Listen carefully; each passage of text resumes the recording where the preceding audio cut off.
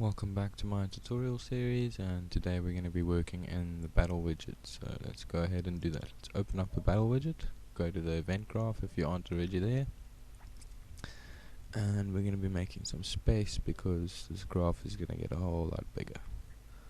So let's put our hovered buttons over there somewhere.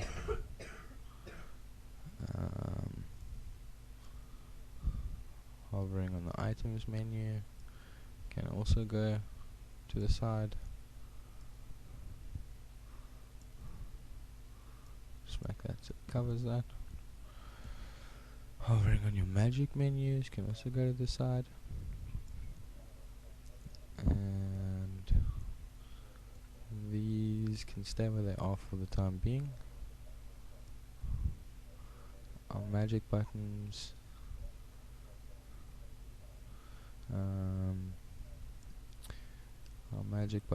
we can put up here.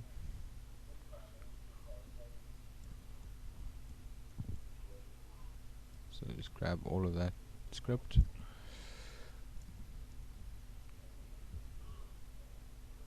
just put it where it belongs. I think somewhere like that.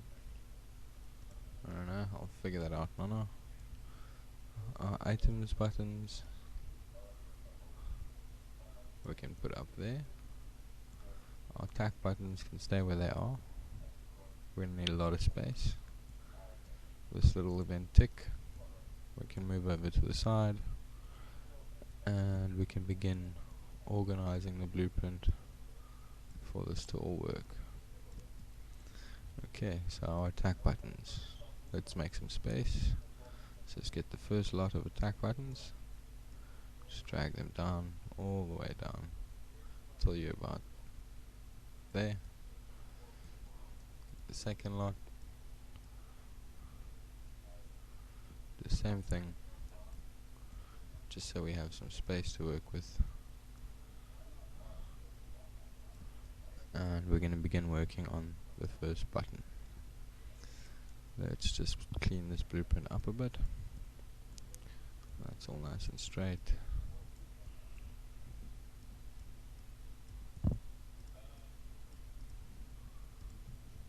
Okay, so I'm back and I've cleaned the blueprint up a little bit.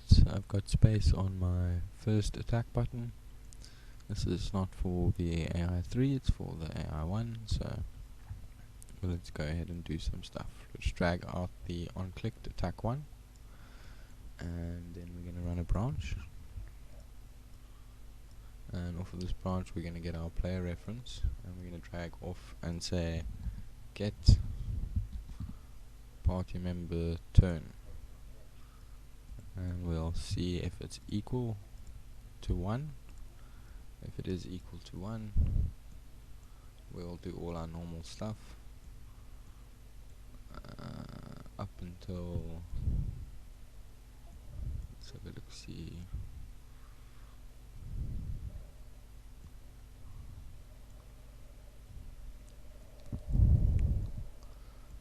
Sorry, I'm just seeing where I'm at.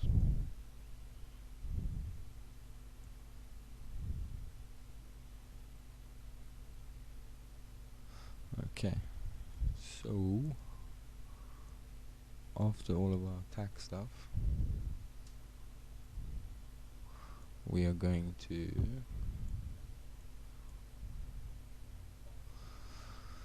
we're going to get a player reference.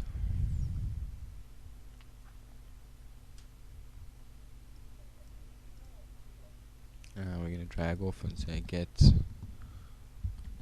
party member turn, not AP, get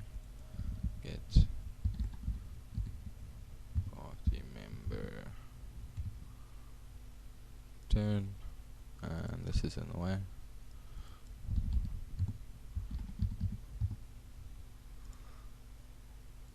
And we'll check if it's not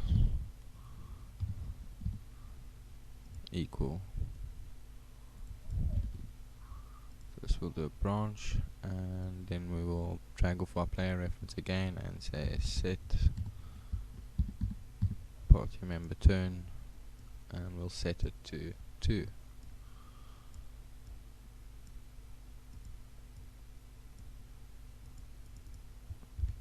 like that. Make sure it's all nice and clean and straight. And if it is not equal to naught, then we'll set the visibility of our widget to visible, so our turn can continue. So now off of this false pin, we're going to drag off, and we're going to do another branch. So branch, and we're going to check the same stuff again. So we'll just duplicate it, and now we'll see if it's equal to 2, which it should be because we just set it to 2. And then we're going to do all of our same stuff. Yeah. We're going to do all of this up until there. So let's duplicate that off of our true pin.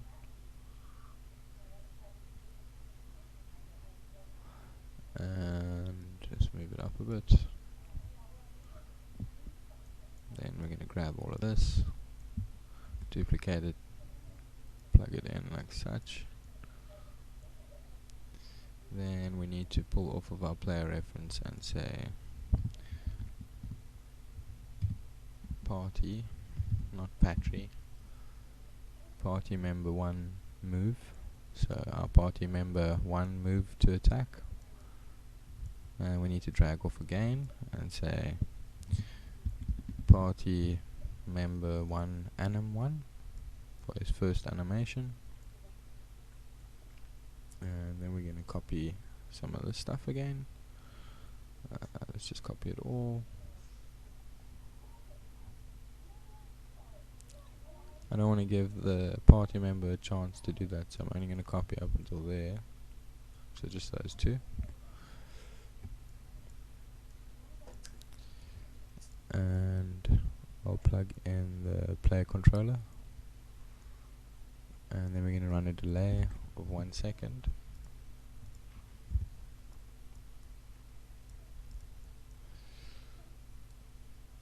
And then what we're going to do is do our attack. So we'll say drag off of our player reference and say attack, and plug that in and set it to whatever you want your party members to attacks to be. So I'll set it to 0.2, whatever, and then I'm going to enable the input again. So I'll plug that into the player controller,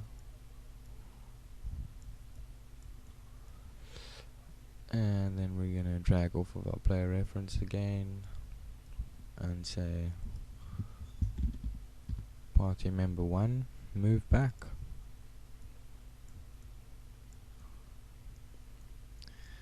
And then we're going to copy all this stuff, so just duplicate it, plug it in, and set this to 3. Okay, what does it matter? Something doesn't have, there we go. This needs to be plugged into our player reference up here. Okay, now off of this false pin, we're going to do it one more time. We're going to do a branch.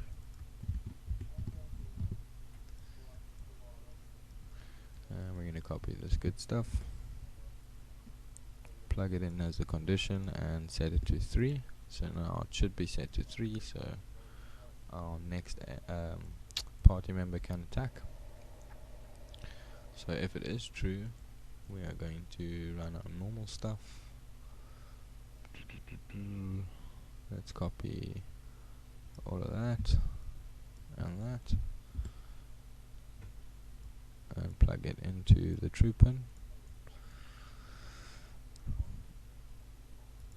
We're going to have to change these APs around, I just realized, but we'll do that now. So we'll drag off of, or just connect this to there, drag off of our player reference and say party member 2 move attack.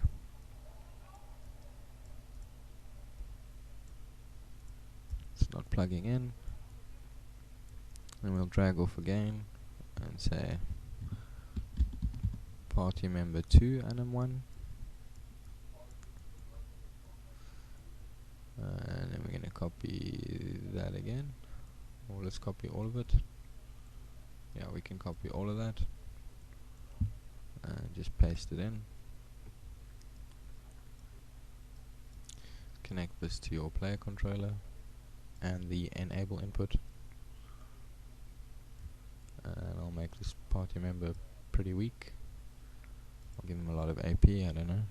So his attack is going to be set to 0.1, and then we're going to call party member 2 move back. So right here, party member 2 move back, plug that in, and then we're going to copy this one more time and plug it in like that, and then we'll be setting this to 0.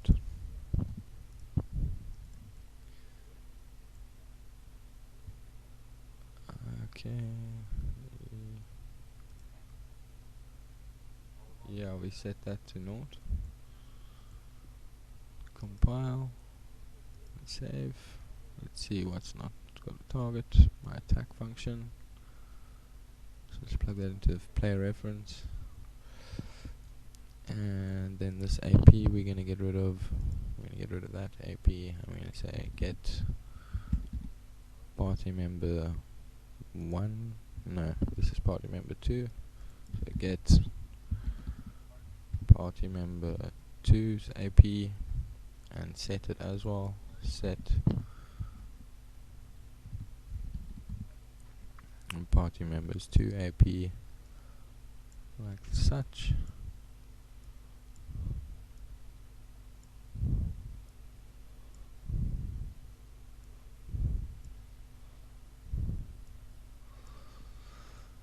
Okay, then we need to do the same up here for our party member 1. So get party member 1 AP and set party member 1 AP. And just plug it in all as it was plugged in for the previous set AP. Just like that. Right, and that should be working for our attacks.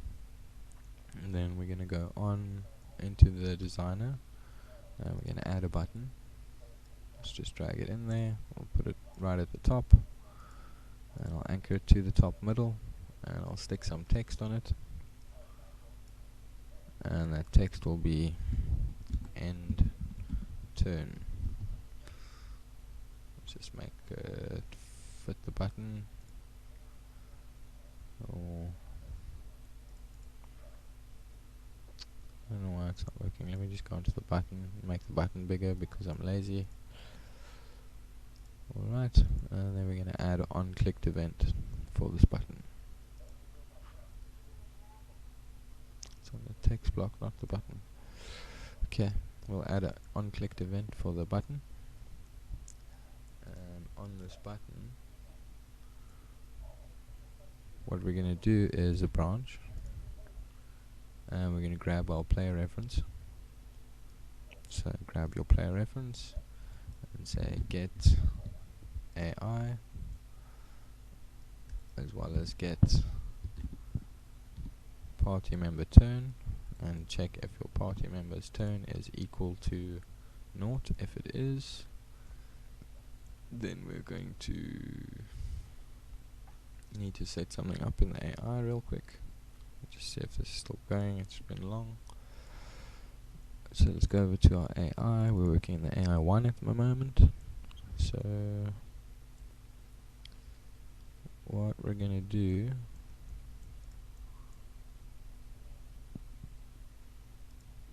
just hold on. My computer's just frozen. It'll work now. Okay. So right before this check, we're going to run another check, or rather after it we'll run another check. So branch, and we'll create a variable here called AI turn, and we'll set it to publicly editable, and then we'll get our AI turn and see if it is his turn or not. Just let me see exactly what I did here quickly.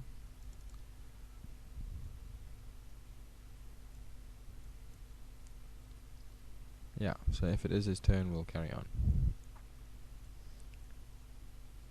And also we're going to have to drag off of our player character here and all the way to the end and say set party member turn back to 1 and compile. And that's all we have to do in the AI for now. So we'll go back to the battle widget, back on our button on clicked, and now we'll drag off of the AI1 and say set, what did we just call it, AI turn, set AI turn to true, and then we're gonna have to get our new button. So we're on button 226, and we'll drag it in and say set visibility to hidden, and then we're going to drag off of our player reference and say attack null,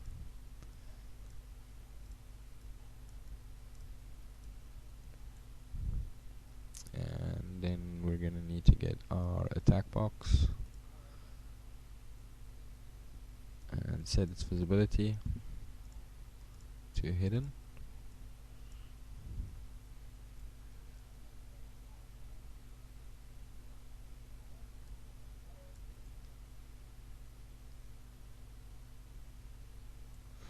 and we'll have to set our main box's visibility to hidden. So let's find what our main box is called real quick. It's called main box, and it is a variable, so we'll drag it out and set its visibility to hidden. Compile and save. And then there's something else that we have to do to set this all back to what it's supposed to be.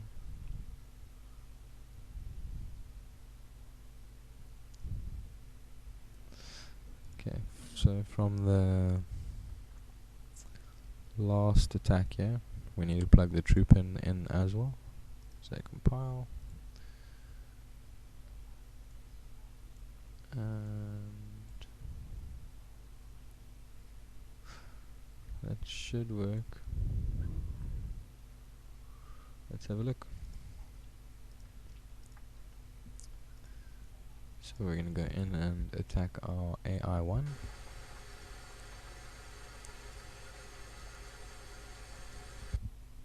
We need to set some defaults here. So we need to open up our character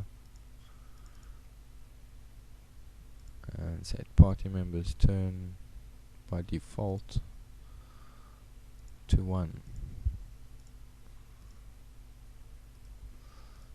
So let's have a look at this again.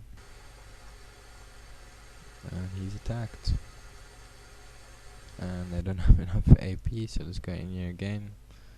And let's just go party member 1 AP. We'll set it to 5. So max AP can be 5.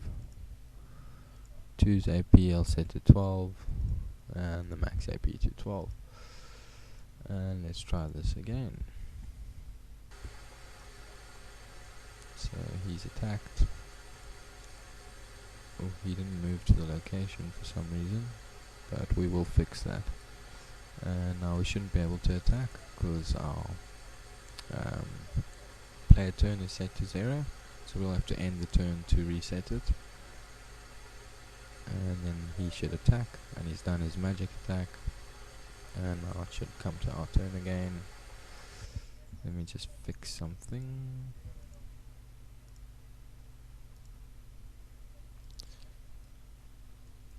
At the end of our AI we need to do something.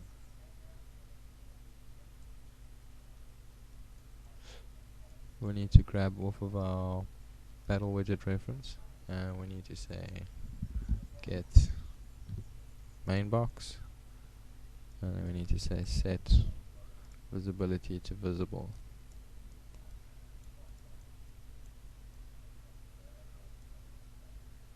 Alright, and that should fix it.